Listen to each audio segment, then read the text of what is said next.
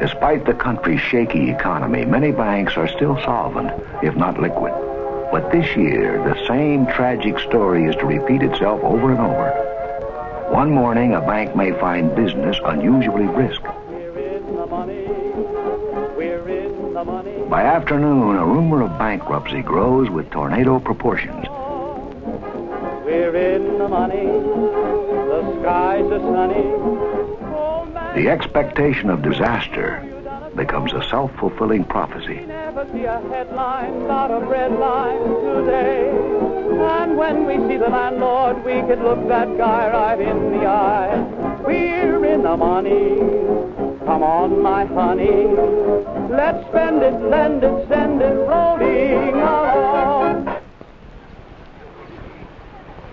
Robert K. Merton, sociologist and Columbia University professor.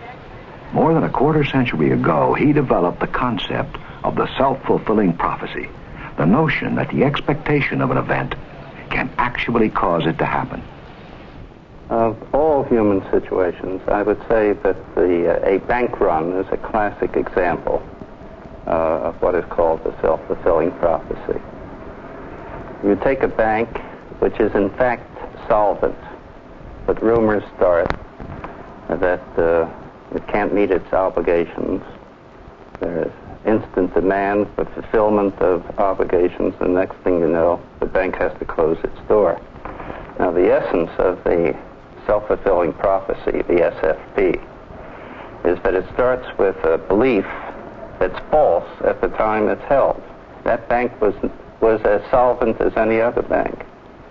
But when people act on a false belief and do so collectively, they tend to produce a situation which then seems to be true. False beliefs create true reality. And that occurs not only in the case of a bank run, but occurs in every department of social life. The self-fulfilling prophecy is basic to a great deal of the troubles and the triumphs in human society. As a phenomenon of human behavior, the self-fulfilling prophecy can be a powerful force in every aspect of our lives. We have all witnessed what happens to the postman who was afraid of dogs.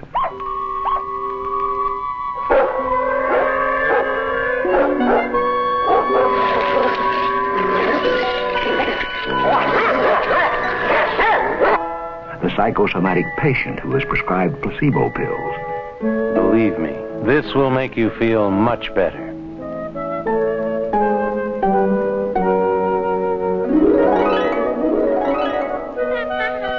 The child who's expected to turn out bad.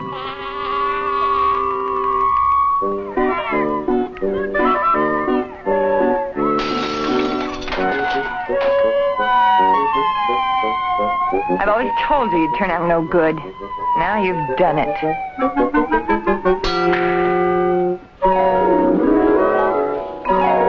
And what may be the ultimate example of the self-fulfilling prophecy?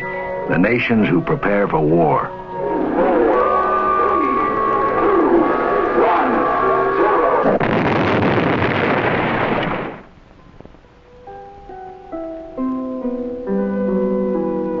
The idea that one person's expectation can influence the behavior of another has its roots in ancient wisdom. Pygmalion, prince of Greek and Roman mythology. His goal? To create a statue of the ideal woman. He succeeded too well. Pygmalion fell in love with his creation as if it were a real woman. Belief in himself and his love brought Venus to the rescue.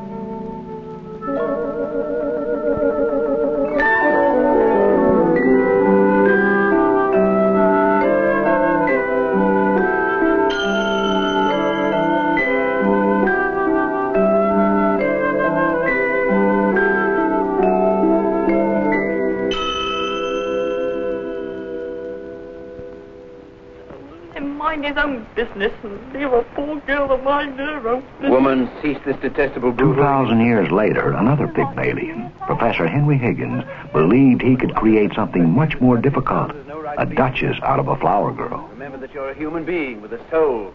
the divine gift of articulate speech, and that your language is the language of Milton, Shakespeare, and the Bible. Don't sit there crooning like a bilious pigeon. Oh! Ow! Hems, what a sound. You see this creature with her curbstone English? The English that will keep her in the gutter for the rest of her days? Well, sir, in 3 months I could pass her off as a duchess at an ambassador's reception. No. Yes, I could even get her a job as a lady's maid or a shop assistant, which requires better English. You mean you could make me? Yes, you squashed cabbage leaf. You disgrace to the noble architecture of these columns. You incarnate insult to the English language. I could pass you off as the Queen of Sheba. R, like father. E. E, as in machine.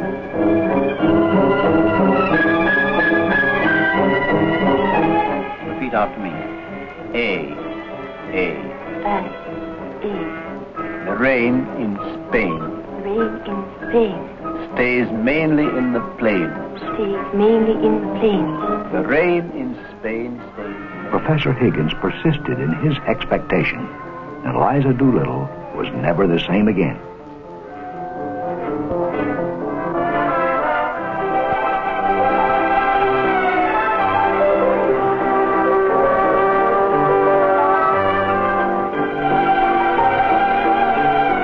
What do you say, Professor? I say an ordinary Cockney girl out of the gutter. I place her in Covent Garden. Maestro, you are mad on the subject of Cockney dialect. The London gutter is the whole world for you. This girl is undoubtedly A princess? Have it your own way, Maestro. Have it your own way.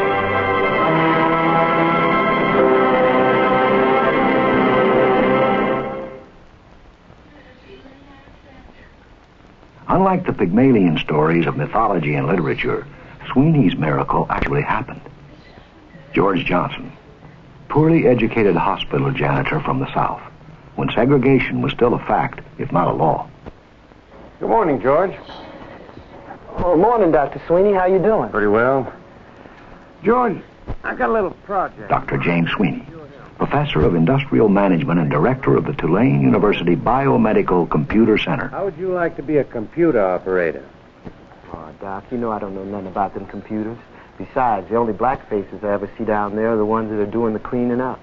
Yeah, well, maybe it's... Like the other Pygmalions, Professor Sweeney's expectation began with a belief in his own ability. Now, don't worry about that, George. I know I can teach you everything you need to know. Well, if you think I can do it, I'll give it a try.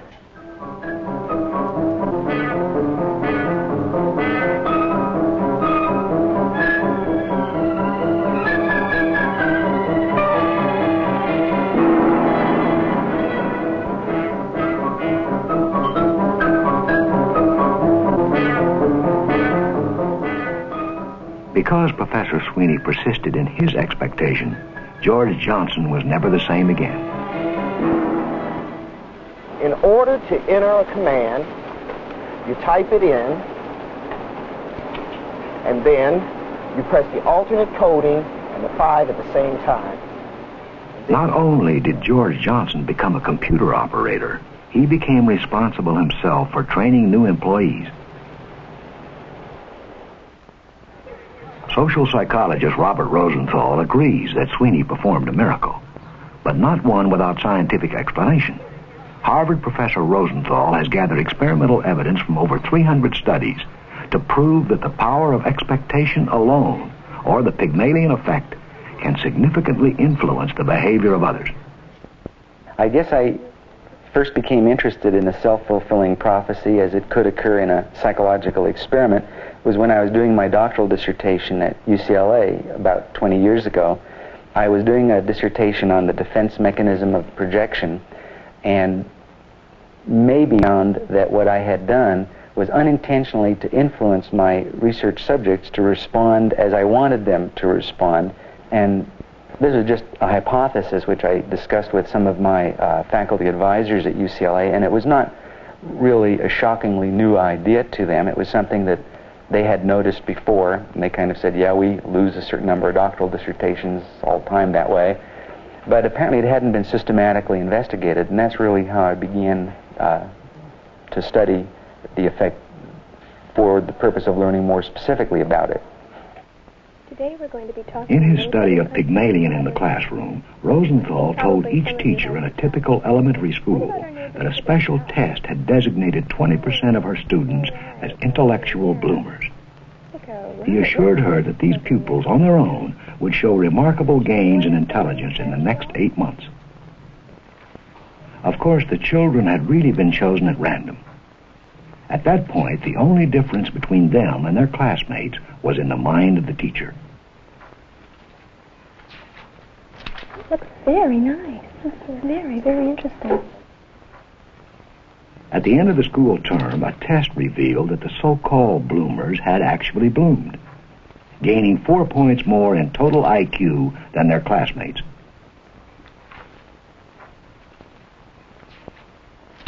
Probably the most surprising result of the Pygmalion experiment had to do with teachers' perceptions of the kids. If the kids were in the experimental group, the more they gained in IQ, the more the teachers liked them, or the more favorably they rated them. If the kids were in the control group where no special gains had been expected, and especially if they were in the slow track, then the more they gained in IQ, the less favorably they were seen by the teachers, not just on intellectual variables, but also on social and emotional type variables as well. So it seems almost as though there might be some hazards to unpredicted, unexpected intellectual development. Teachers seem to prefer, and indeed maybe other people do too, that others behave as they are expected to.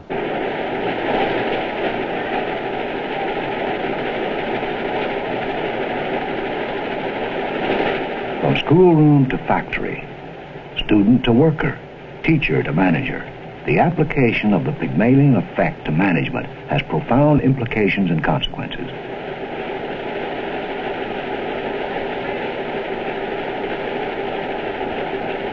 Industrial psychologists have long realized the necessity of creating management patterns that foster motivation, increase communication and productivity.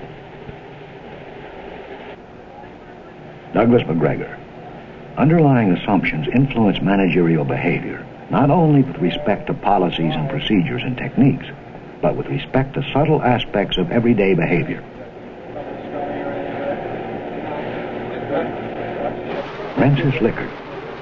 If a high level of performance is to be achieved, it appears to be necessary for a supervisor to have high performance goals and a contagious enthusiasm as to the importance of these goals. To such widely known management theories, the Pygmalion effect promises to bring a new dimension of empirical scientific proof. The Pygmalion effect is not strictly a one-way process from manager to employee. Certain characteristics of the worker are important in determining just what the manager's expectations will be. Young workers, or those newest to the job, may be the most susceptible to the Pygmalion effect. They are anxious to live up to the manager's goals, have less preconceptions about themselves or their job. Not only the age, but the sex, race, experience, or status of an employee can result in a self-fulfilling prophecy for the good or the bad. For instance, people once generally believed that most women and blacks were only suited to menial supportive tasks. Many of these workers adapted only too well, and finally became incapable of performing more responsible work.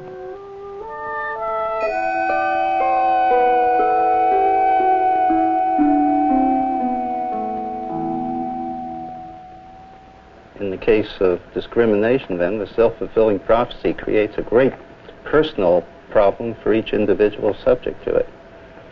If a black is hired, he doesn't know whether it's because he can do the job or because he's a black. If a black is fired, he doesn't know it's because he couldn't do the job or because he's a black. There's always the haunting presence of the question, who am I and why am I being treated the way I am? If negative expectations can result in low performance, discrimination, and even hardcore unemployment, is it possible that positive expectations may reverse the process?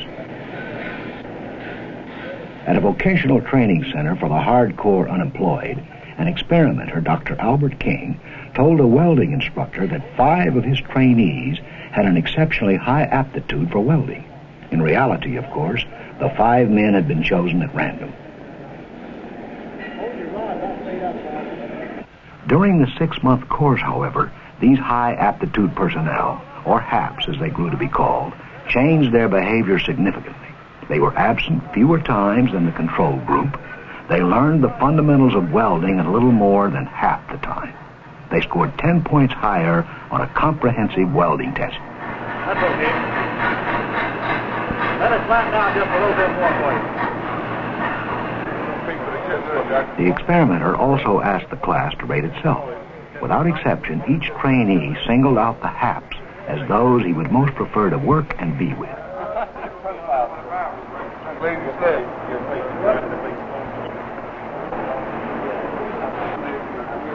When the welding instructor was later told the purpose of the experiment, he was shocked. He had truly believed he had acted the same toward all his trainees. Not already on there. Did I have you on gas? Yet the instructor's expectation was the only independent variable in the experiment. Knowingly or not, his beliefs had somehow influenced the HAP's performance through a self-fulfilling prophecy. Nobody really knows why there is such a thing as the self-fulfilling prophecy, but it's possible that it's had some evolutionary significance. If we think about a caveman who may be encountering a saber-toothed tiger, well, it was a matter of life or death for him to be able to predict. And so ultimately, perhaps accurate predictions became to be prized in and of themselves. There's something funny about people. In a sense, they just don't like to be wrong. They don't like to be unable to predict outcomes. It makes them feel very insecure, and that's probably led to the development of magic and religion and science and a self-fulfilling prophecy as well. How one person's expectations actually influence another's performance may be yet more difficult to define. Something has to take place between worker and manager.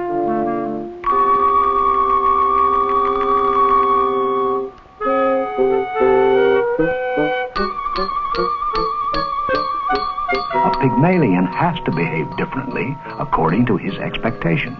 But what does he do? Because the Pygmalion himself may not even be aware that he is doing anything differently, the process seems almost magical.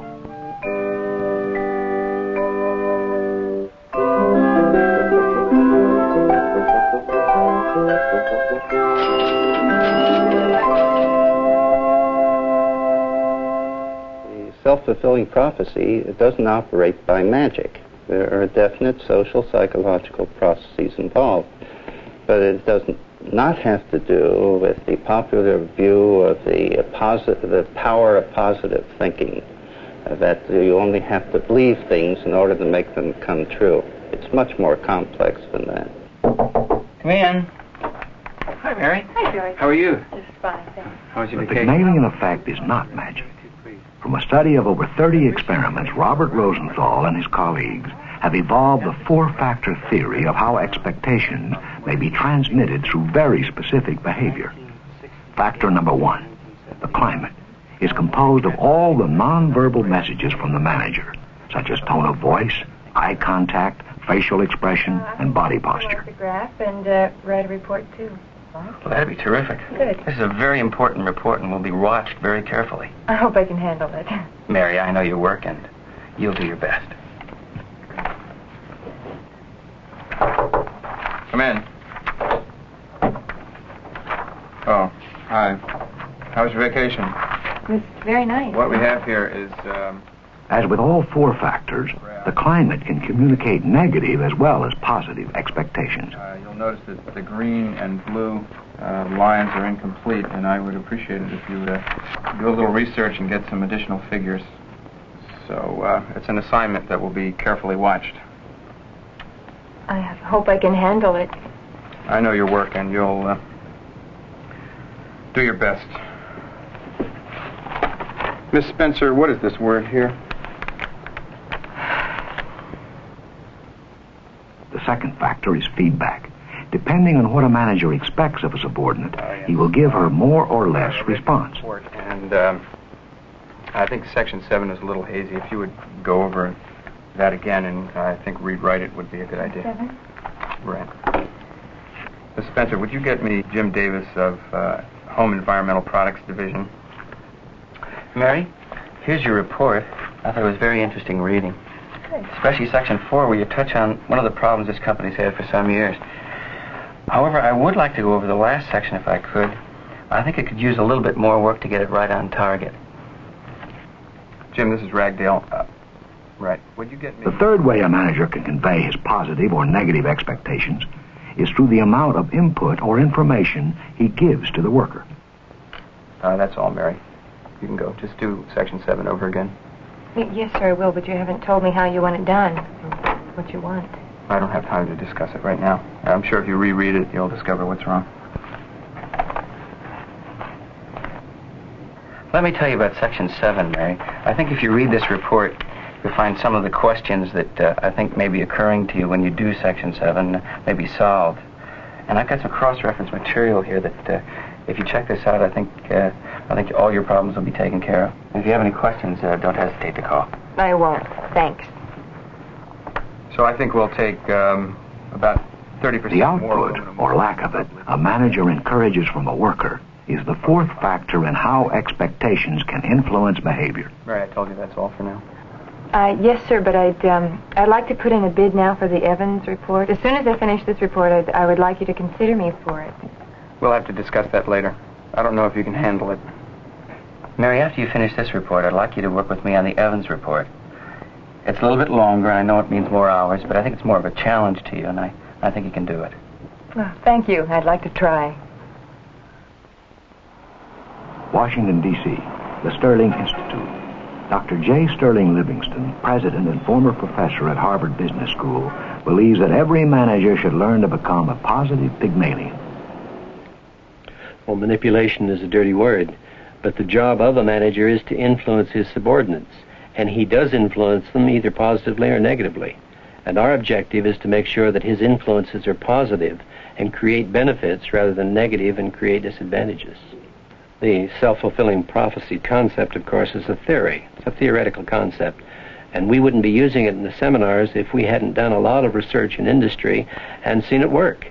All of the case examples we use in our seminars are collected from actual experiences in companies where a manager's high expectations lead to high performance or low expectations lead to low performance and typically termination.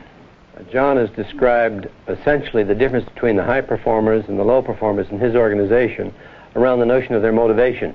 What, John, if I may pursue this for a moment, what's likely to happen to the people at the bottom of the list? Well, they just won't stay in management, really, in the long run. They'll either leave voluntarily, or they'll get fired, really. So you might let them go. Now, John, I'm going to embarrass you with that if you don't mind. What does this say about your expectations with respect to their performance?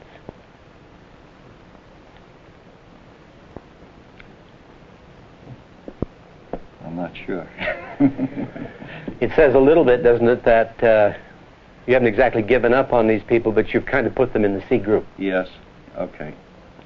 And that... I have done a little bit of the ABC. So it becomes a little self-fulfilling prophecy. Yes, yes. Now, I appreciate John telling us this because I think really what he's gone through is characteristic of every manager. We all tend to do that to some extent. We have a self-fulfilling prophecy. These people have the desire, they're willing to do it. We know they're going to make it, and they'll make it. And these people don't have the desire, they're probably not going to make it, they're going to leave or I'm going to fire them. Now, once you get that set of mind, obviously from a manager's point of view, it becomes self-fulfilling. In this country, we follow a practice called management by exception, in which the manager typically focuses his attention on those things that are not going well. And so every time he greets a subordinate, he tends to be negative because the subordinate isn't living up to his expectations. The net effect of that is that the negative expectations are continuously reinforced, and the positive expectations are ignored. Here in Washington, there is a football team called the Redskins. And the place kicker on the Redskins, under Lombardi, had the best record in all the league. He was fantastic. His name was Curt Knight. Now, when George Allen came along, whom everyone would regard by and large as a top-flight coach, George Allen, for some reason, had low expectation of this man's ability to kick a field goal, even though he had the best record in the whole league. And so in the playoffs, when I believe they were playing Dallas, instead of calling a kick on the last play, where if the kick had been successful, they would have won the game, Allen called a run. And after he called a run, the newspaper reporters got on him and said, "Why didn't you call a kick?" And he said, "Because I didn't think Curt Knight would make it." From that time on, Curt Knight's performance has gone straight down, to a point where he says, I feel like it's a federal offense every time I get out there and miss. And I get out there and I'm so concerned about missing, that's all I do but miss. I think there's no doubt that a manager's expectations influence the results he gets from his subordinates. If his expectations are high, he gets good results. If his expectations are low, he gets poor results. That comes through in the seminar, and I think it's very important that the people recognize how they influence their subordinates, that they really are Pygmalion, that they can enhance the careers of their subordinates or they can depress the careers of their subordinates. It's an important lesson for them to learn, because until they've learned that, they're not likely to be more effective in working with their people. The point of a manager's expectations is that whether he tries to make it work or not, it almost inevitably influences the results because of the way he treats his people once his expectations are set. His expectations influence the way he treats them. The way he treats them influences the results. That was the beginning of self-respect for me. You see, the difference between a lady and a flower girl isn't how she behaves. It's how she's treated.